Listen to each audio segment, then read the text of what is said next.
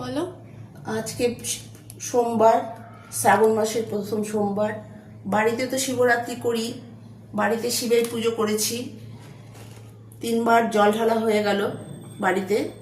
এই আমার ঠাকুর ঘর, এই আমার গুরুদেব, ইনি হচ্ছেন আমার গুরুদেব, এই হচ্ছে গোপাল, এই হচ্ছে আমার ঠাকুর ঘরের সমস্ত আমার ঠাকুরের পরিবার। আজকে সকালবেলা একবার পুজো করেছি, শিব ঠাকুরকে মাথায় জল দিয়েছি, একবার রাত্রিবেলা দিলাম। আর এখন আমি এই যে মন্দিরে যাব, আমি এই যে মন্দিরে যাওয়ার জন্য থালটাকে গুছিয়ে নিয়েছি। এখানে গঙ্গার জল, দুধ নিয়েছি, এখানে ফল নিয়েছি, এখানে ফুল বেলপাতা নিয়েছি, আর এখানে এই যে একটা ঘিয়ের প্রদীপ সাজিয়ে নিয়েছি।